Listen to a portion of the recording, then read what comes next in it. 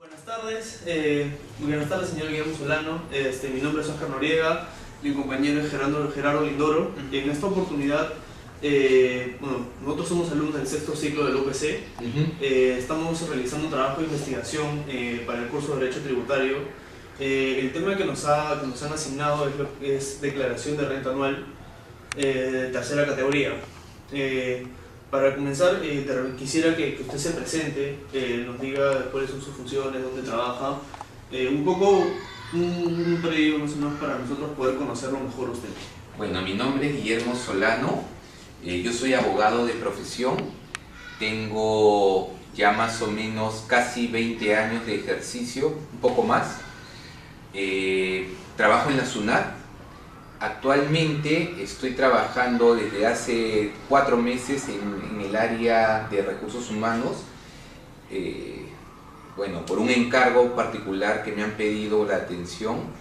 Estoy a cargo de una gerencia allí, la de asuntos laborales, pero tengo en la SUNAT 16 años, de los cuales, salvo estos últimos 4 meses, siempre he visto la parte tributaria.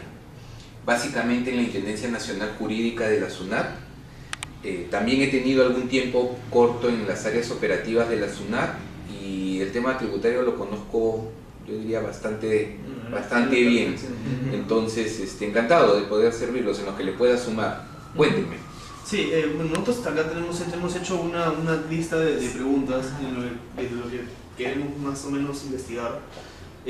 Según lo que tenemos entendido, la declaración jurada es una forma en la que las empresas informan a la SUNAT cuáles han sido sus ingresos, sus gastos, y de acuerdo a eso es que se calcula el tributo que se va a pagar al gobierno. Queremos saber más o menos cuál es la apreciación que tiene usted sobre eso. Yo he dictado clase también en alguna universidad y yo partía de algo bastante más elemental, porque creo que eso es importante para que ustedes entiendan la lógica de lo que se trata esto del impuesto a la renta y arribemos al tema formal, que es la declaración. Lo primero que yo les preguntaría o les plantearía: ¿ustedes tienen claro? Vamos a aterrizar en la figura de la SUNAT. ¿Por qué la SUNAT les cobra impuesto a la renta? ¿Ustedes lo tienen claro? ¿Por qué les cobran impuesto a la renta? Es una forma de que la SUNAT es un ente recaudador para el Estado, para que el Estado pueda tener fondos de poder afrontar diversos gastos. Entonces, de los ingresos o de la utilidad que pueda tener la empresa, como una persona, como contribuyente. Ok, pero digamos que esa es la parte más, esa es la parte formal. Eso te lo dice la ley del impuesto a la renta. Pero yo los invitaría a que hagamos un poco el análisis más sociológico, más de fondo, ¿no? Más metafísico, si cabe el término. ¿Ustedes por qué creen que la SUNAT les cobra dinero? Debo suponer que en el caso, como usted decía, en lo social, para poder construir hospitales, colegios, carreteras, para las personas... Perfecto. Yo comenzaría diciéndoles un ejemplo con el que he empezado las clases con mis alumnos de la universidad. ¿Tienes algo de dinero en el bolsillo en este momento? Sí. Dámelo.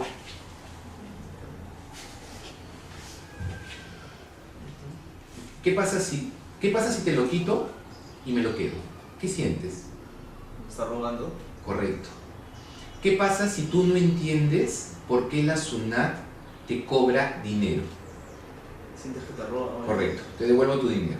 Entonces yo creo que ese es el core, ese es el inicio de esta historia. O sea, la administración tributaria en todo el planeta lo único que hace es ejercer un encargo que el Estado le ha dado y que lo que procura es generarle el ingreso suficiente a ese Estado para que pueda manejarse. Por eso es que tiene ciertas garantías. Por eso es que no es que arbitrariamente viene y te cobre, sino que previamente todo eso está respaldado por un andamiaje jurídico. Entonces, dicho eso, como hay diferentes formas de que el Estado debe agenciarse de recursos, una de ellas es gravar la ganancia de sus integrantes, de los que integran el Estado. Entonces, el Estado se pone en la siguiente lógica. Ok, si tú ganas como 10, entonces de esos 10, una parte que venga al Estado para que tú puedas vivir en sociedad. Vivir en sociedad tiene un costo, si no viviríamos como hordas. Entonces, para que eso pueda funcionar, te pide una porción de tu riqueza. Con respecto al impuesto a la renta, de tu riqueza entendida como la que ganas, no como la que posees. De repente ustedes tienen muchas casas, tienen autos, no te graba lo que tienes como patrimonio, sino te graba lo que ganas. Entonces, allí aparece el impuesto a la renta, el impuesto a la ganancia. Se llama impuesto a la ganancia en otros países, el impuesto a la utilidad, como quieras verlo. En el Perú es el impuesto a la renta. Entonces, ¿qué cosa hace el Estado? A través de la SUNAT, coge una porción de tu utilidad, sea lo que fuera como la generas, para poder subsistir. Eso se llama obligación tributaria. Obligación tributaria vinculada al impuesto a la renta. Pero esta obligación tributaria es de orden sustancial. Supongo que eso ya lo han revisado. La de orden sustancial es cuánto tengo que pagar. Pero esa está aparejada de una obligación de orden formal, que es informarle a la administración cómo es que he determinado exactamente cómo se han generado. Poder verificar que lo que te estoy diciendo que he ganado es cierto. Allí se abre espacio la declaración jurada. Porque la declaración jurada no es otra cosa que el traslado de la información que hace el contribuyente a la administración para poder informarle cómo ha determinado su obligación tributaria y que lo que le está pagando es lo correcto. Con esa declaración jurada, posteriormente, ¿qué va a hacer la SUNAT? Va a verificar en el ejercicio de sus facultades de fiscalización si lo que tú le has dicho en esa declaración jurada es lo correcto. Ese es el marco conceptual de la declaración jurada. La información que le trasladas al fisco para que la administración en un momento posterior verifique la información que le estás alcanzando. Ya. ¿Y qué formas hay de poder declarar? Tengo entendido que hay los PDTs y después, ese es formato físico, en formatos físicos que hay. A ver, datos un poco de la memoria que puede ser frágil. Antes las declaraciones juradas se presentaban en formatos físicos, en papeles. Exacto. ¿Correcto? Entonces, con el tema del avance de la tecnología, se fue migrando poco a poco, si la memoria no me falla, desde el 2006, ¿sí? En adelante, se fue haciendo el tránsito y soltando toda la papelería para pasar a medios magnéticos. Hoy día, todas las declaraciones juradas, incluyendo la del impuesto a la renta, se presentan en formatos físicos haciendo uso de esta gran herramienta que es la web. Entonces, para eso se han generado una serie, digamos, de mecanismos. La SUNAT le proporciona a los contribuyentes claves, facilidades, para que tú presentes a través de su portal tu declaración jurada anual del impuesto a la renta, ya seas persona natural o ya seas empresa. ¿Correcto? Bueno, con respecto a ¿cómo sé qué día tendría que, digamos, declarar una declaración jurada en caso de una persona natural? A ver, es que el tema es, allí creo que para no inducir error habría que hacer un distingo. Asumo que ustedes tienen claro que hay obligaciones tributarias que se declaran mensualmente y anualmente. La del impuesto a la renta de tercera categoría, o la que comúnmente conocemos, no hablemos de los regímenes especiales de renta. La ley del impuesto a la renta te establece que el impuesto a la renta es un tributo de periodicidad anual. Entonces, con modalidades de pago mensuales. ¿Y esas modalidades de pago mensuales qué son? Pagos a cuenta. Pagos a cuenta de la obligación definitiva que se genera el último día del año, ¿no es cierto? Perfecto. Entonces, para efecto de la declaración, lo que se hace es, el 31 de diciembre, o sea, entre el 1 de enero y el 31 de diciembre de un ejercicio gravable, se genera todos los eventos que van a tributar por ese año, por impuesto a la renta. Entonces, el 1 de enero ya se configuró el hecho imponible de la obligación del impuesto a la renta. Para esto, el Estado organiza un cronograma que establece un orden de cómo es que los contribuyentes van a ir presentando esa declaración con la información que le requiere. Entonces, si mal no tengo entendido, perdón que le corte, sí, ese orden lo dan de acuerdo al último número del código RUC que tiene cada empresa, que es como un DNI. Exactamente. Entonces, pero también tengo entendido que si bien es cierto, te dicen tal día pagas, de acuerdo a tu último número de RUC, asimismo también hay, te dan cierta facilidad, justo eso lo comentábamos en clase el día viernes, en el que te dan cierta facilidad en el que, bueno, pagas de repente una parte ese día y la siguiente parte te mandan una notificación, te dicen tienes 7 días para terminar de pagar. Y en el caso de lo que es, eso es lo que es en temas de pago a cuenta. En el tema de la declaración jurada es, si pagas ese día, si declaras, si no declaras ese día, ¿tienes un periodo, digamos, extra para tú poder hacerlo? ¿O de frente ya cae la sanción que corresponde? A ver, es que allá hay dos cosas que creo que debieran tener claras. Yo les había dicho que la obligación tributaria tiene dos aspectos. Uno sustancial, que es la determinación de la obligación misma, y uno formal. Estamos en este momento refiriéndonos a la formal. ¿Correcto? Entonces, el incumplimiento de cualquier obligación formal termina en una infracción que tiene una sanción. Entonces, pero el incumplimiento de pago de la obligación sustancial, ese no tiene sanción. Lo único que genera son intereses moratorios. Entonces, ¿por qué les digo esto?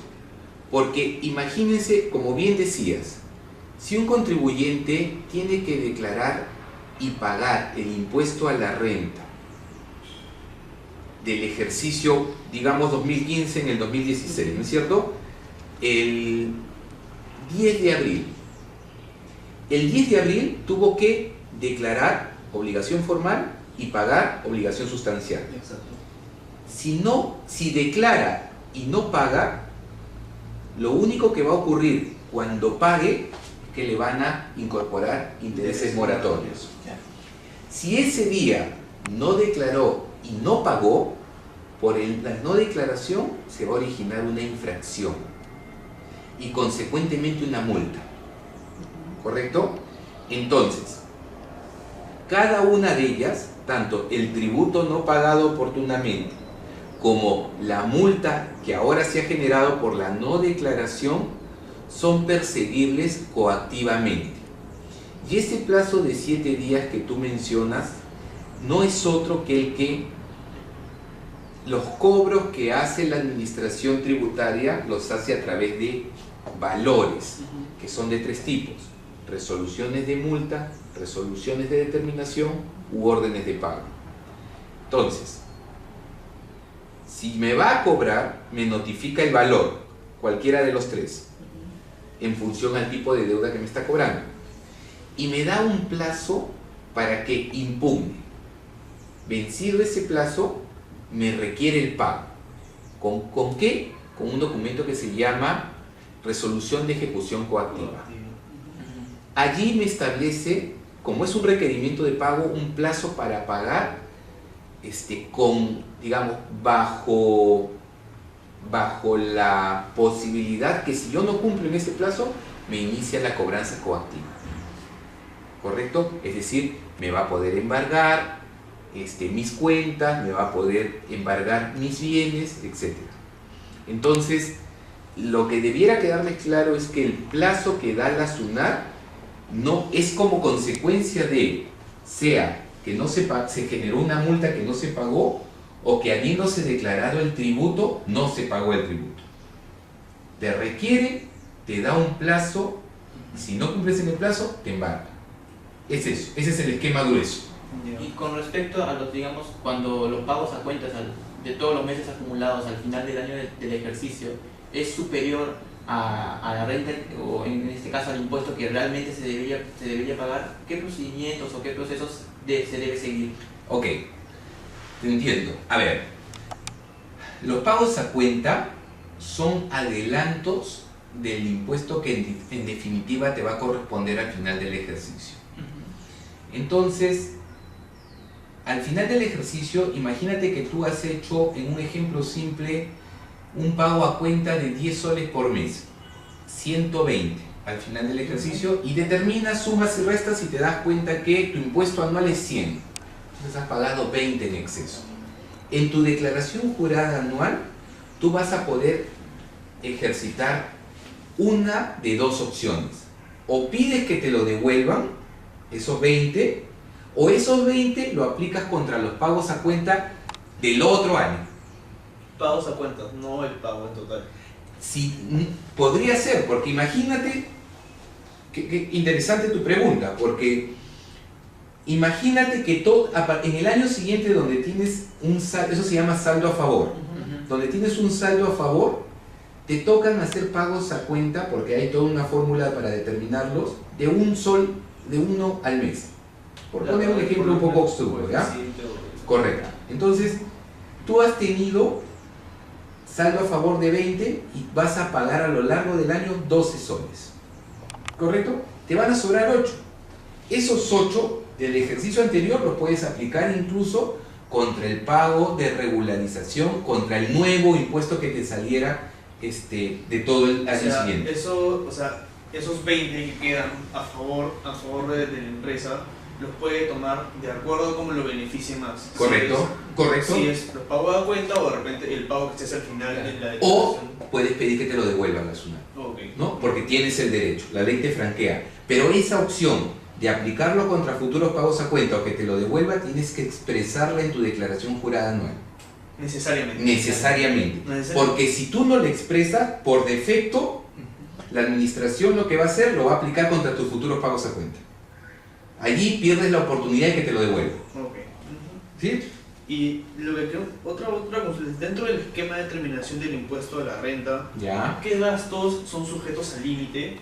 ¿Y cómo se tratan las compensaciones por pérdidas en caso o sea, para las empresas como afrontan? Me pones un poco en aprieto, porque eso, explicártelo con una entrevista tan corta es difícil. A ver, yo voy a hacer el mejor esfuerzo para poder ser claro sobre todo. A ver, en el Perú se tributa sobre renta neta. ¿Qué cosa es la renta neta? Es al ingreso retirarle el costo y el gasto incurrido para obtener ese ingreso. En términos simples es eso. Es decir, vamos a poner un ejemplo. Yo vendo libros. Yo este libro lo vendo en 150 soles. Para yo poder tributar por la ganancia de este libro, yo no voy a tributar sobre los 150 soles, porque los 150 soles es el ingreso bruto.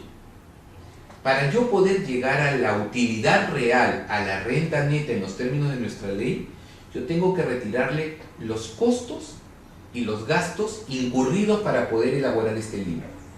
Y esos costos y gastos son costos y gastos asociados a la generación de este ingreso de 150 soles. Allí, como costos entrará la fabricación misma del libro, el sueldo pagado al operario que lo imprime, etc. Como gastos entrarán, se me ocurre la luz, entrará los gastos administrativos de la oficina, de los que lo venden, etc. Cuando yo establezco que, por ejemplo, hacer este libro me costó 120, retirando costos y gastos, 150 menos 120, mi 30 es en realidad mi utilidad neta. Y a eso le aplico el impuesto. esa idea está clara. Ahora, por regla general, para establecer la renta neta, aquella sobre la que va a recaer el impuesto, lo que acabamos de ver, son permitidas deducciones todas las que tengan que ver con la fabricación del libro, en mi ejemplo. Todas. Esa es la regla. Sin embargo, hay algunos gastos que se les pone límite porque el legislador, al momento de establecer los gastos, dice: estos gastos, teniendo causalidad, o sea, teniendo la razón suficiente para retirarlos, considero que no deben ser a la totalidad. Entonces se empieza a ponerle límites. Algunos gastos. Esa limitación a los gastos es un tratamiento de excepción, porque la regla es que todos los gastos sean deducibles en su totalidad. Ok. Si eso está claro, entonces lo que tendríamos que decir es: ¿qué gastos son los que tienen límite? Y son aquellos en los que el legislador ha advertido que podría haber una malversación. Correcto. Digamos que el término malversación es un poco duro, ¿ya? Pero digamos que un uso abusivo, llamémoslo así, un uso abusivo del concepto pagado. Y les pongo un ejemplo bien claro. Yo soy el que hago los libros, ¿no es cierto? Entonces, imagínate, para yo pagar menos impuestos, ¿qué hago? Digo: ok, yo soy el gerente general de esta empresa, pero soy el dueño también, el accionista. Entonces, ¿qué hago? Me pongo un sueldazo de 1 millón de soles mensuales. Y ese 1 millón de soles mensuales no va a haber ingreso que me lo aguante. ¿Correcto? Porque permanentemente mi solo sueldo va a significar que yo me traiga abajo todo lo que pueda quedar de utilidad. ¿No es cierto? Entonces, a ese tipo de gastos, por ejemplo, de aquellos en los que, para ponerlo en términos simples, los dueños de las empresas que trabajan en las propias empresas se pagan sus sueldos, le pone un límite. ¿Y cuál es ese límite? El valor de mercado de la remuneración. ¿Cómo mides? Toma referencia al valor del valor de mercado de empresas similares que digamos le pagan a uno que no es socio, ¿no? A otro. Entonces, ese tipo de gastos tiene límite. Otro gasto que tiene límite. Imagínate pues que la empresa dice: oye, ¿sabes qué? Para poder pagar menos impuestos, comprémonos Mercedes-Benz para todos. Entonces, hay un tipo de gasto que es de dirección, administración, no me acuerdo cuál es el otro concepto, que el límite viene dado por la cilindrada, las características del vehículo que estás comprando. Tú tienes el derecho, gastos de representación, dirección y administración. Tú tienes derecho, por una cuestión de imagen, a comprar un buen vehículo. Sí, pero si quieres comprarte una Porsche Cayenne que vale $250.000, ya esa sácale tu plata. Yo te acepto hasta un vehículo que tenga, te voy a aceptar los gastos asociados a este vehículo, hasta un vehículo que tenga determinadas características, por ejemplo, X cilindrada, lo necesario para que puedas operar bien, ¿no? Claro. Para que tengas una posición en el mercado, para que tus funcionarios se trasladen bien, todo, pero te voy a poner un límite, no te voy a permitir pues, que compres lo que te dé la gana. Por ejemplo, una Hammer. ¿Quieres comprarte una Hammer? Cómpratela con tu plata. Claro. ¿No? Una cosa así. Pues es otro gasto que tiene límite. No me acuerdo hay algún otro, pero como digo, los gastos con límite en realidad son gastos limitados por excepción, porque la regla es que todos, por principio de causalidad, sean permitidos. ¿Y cómo estos gastos son de repente registrados? Al momento que uno hace una declaración jurada, ¿cómo es que determinas hasta qué monto Ya, se puede...? ok, ya. Está pendiente la respuesta de la pérdida, se me ha olvidado. Sí. Ya, pero a tu tema, a esta repregunta. Cuando tú estableces tu tu determinación de obligación tributaria del ejercicio lo haces partiendo del estado de ganancias y pérdidas, ¿correcto? Supongo que ustedes ya más o menos manejan qué es el estado de ganancias y pérdidas, ¿no es cierto? Entonces, el estado de ganancias y pérdidas no es otra cosa que la foto de cómo le fue a la empresa en determinado ejercicio. Entonces eso me arroja una utilidad. Ok. Esa utilidad, por definición, ya recoge todas estas deducciones a la totalidad. Pero para efectos tributarios hay una figura que se llama adiciones y deducciones. Entonces, en aquellos rubros en los que no está permitido deducir todo, como son los gastos con límite, esa parte que no está permitida la adicionas. Entonces, ¿qué haces con esa adición? Incrementas tu renta tributaria sobre la que vas a aplicar el impuesto. Entonces, ¿cómo es que estableces, cómo metes estos límites de los gastos en la declaración jurada? Partiendo del resultado del estado de ganancias y pérdidas a través de las adiciones. ¿Y cómo es en caso de balance, si el balance de comprobación va a ser obligatorio para las empresas? Ya. Antes de ir al balance de comprobación, vamos a terminar el tema de las pérdidas. ¿Sí? Ya, ok. En el tema de las pérdidas, la lógica de reconocer pérdidas con efecto tributario es que si la administración te cobra cuando ganas dinero, es lógico que si hablamos del mismo ente, de la misma empresa, del mismo sujeto, reconozca cuando no te va bien, cuando pierdes. Pero también puedes tener el caso que esta pérdida no responda necesariamente al mal momento de la empresa, sino también puede ser creada. Entonces, se ha hecho un estudio más o menos, digamos, general a nivel de todo el mundo, y las pérdidas, una empresa no puede vivir eternamente generando pérdidas, ¿correcto? Entonces, porque por definición las empresas se crean para generar riqueza, utilidad. Entonces, se estima que un periodo razonable para que tú puedas estar perdiendo y recuperarte son 4 años. ¿Qué cosa ocurre? La administración te dice, ok, si tú me generas una pérdida hoy, yo te la voy a reconocer que la deduzcas de tu ganancia del otro año. Y si esa no la alcanzó, te voy a dar 3 años más. Ahora, allá hay una variable. Esa es una forma. Esa es una forma. Porque hay la otra que es al 50%. Ok, si tú me la quieres deducir toda y no pagar mi impuesto durante 4 años, yo te acepto. Pero ojo, si esa va más allá al 5.º año, esa ya no te la acepto. Pero está el otro sistema. Si tú pagas, mejor dicho, si tú aplicas tus pérdidas a la mitad, ya. Aunque sea poquito, me vas a pagar cada año de impuesto. 50%. Al 50%, pero hasta que la agotes la pérdida. Ese es el tema de pérdidas. Y ahora el tema del balance de comprobación. A ver, el balance de comprobación no es otra cosa. ¿Qué es un balance? Le preguntaría yo.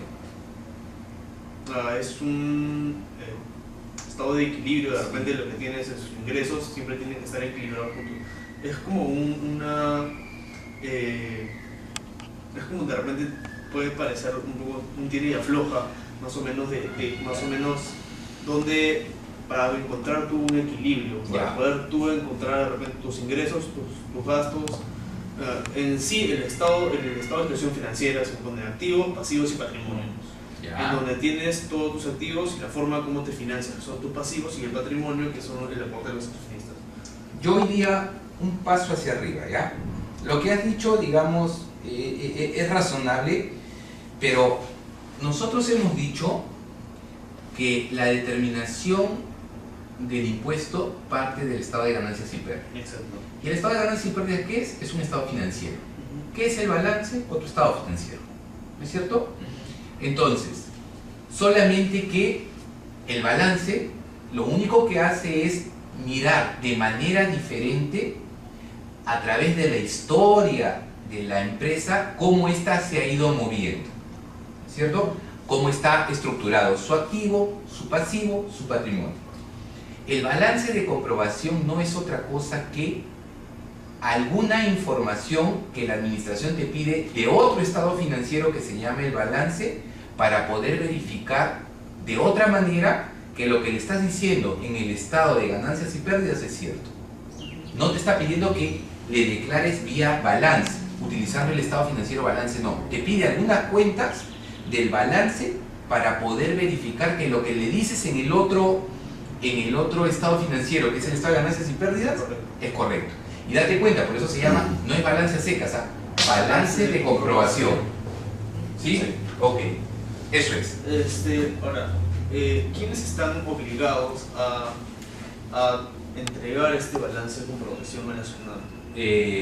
Todas las empresas, en realidad, a estas alturas, no recuerdo bien si eso ha variado, pero me parece que son todas las personas jurídicas, todos los generadores de renta de tercera categoría, porque ustedes saben que no solo las personas jurídicas generan renta de tercera, pueden ser personas naturales, correcto, que hacen actividad empresarial. Me parece, eso me pediría que lo verifiquen porque ese dato no lo tengo fresco, pero me parece que son todos los generadores de renta de tercera categoría en la declaración jurada anual que hacen de tercera. ¿Y quiénes están obligados a hacer una declaración o sea, ¿qué personas están obligadas a hacer la declaración de renta anual? ¿Todas? ¿Y el igual? En realidad están obligadas todas las personas que incurren en el hecho imponible del impuesto a la renta. ¿Y esto qué es? Que tenga rentas de primera, segunda, tercera, cuarta o quinta. Exacto. ¿Correcto? O sea, Lo que pasa es que el mundo para el impuesto a la renta está partido en dos. Rentas que declaran mayormente en su totalidad las personas naturales, que son primera, segunda, cuarta y quinta, rentas de capital o rentas de trabajo, exacto. y rentas empresariales, que pueden ser personas jurídicas y algunas personas naturales que realizan empresas. Todas ellas, si se produce alguno de los supuestos que señala la norma que grava la ganancia, están obligadas en realidad a presentar la declaración del impuesto a la renta. ¿Ellos solamente, solamente engloba al régimen general o también puede, asociarse al nuevo RUS o al régimen especial? Ya. Lo que ocurre es que el régimen especial es una forma diferente, es un régimen, como lo llama su nombre, diferente de tributar impuesto a la renta. Pero igual estás grabando la ganancia, que es la esencia de esto. En el RUS también, pero nota que en el régimen especial tú grabas la ganancia con una tasa mensual cancelatoria, ¿correcto? 1.5 de tus ingresos netos, eso es lo que te toca pagar. Pero por otro lado camina el IGB. En el RUS no. En el RUS es una cuota única que el Estado cobra en el entendido que allí viene recogida la imposición a la ganancia y al valor agregado, el impuesto a la renta y el impuesto general a la renta. Un solo pago. Ahí ya no pagas renta por un lado e IGB por otro, sino una sola cuota. Y obviamente se busca, como su nombre lo dice, que sea simplificado porque está pensado en, digamos, contribuyentes pequeños, menores, ¿no? Por eso. Bueno, eso en realidad sería todo. De hecho, muchas gracias por habernos concedido la entrevista. Nos ha ayudado mucho en lo que es nuestro tema de investigación.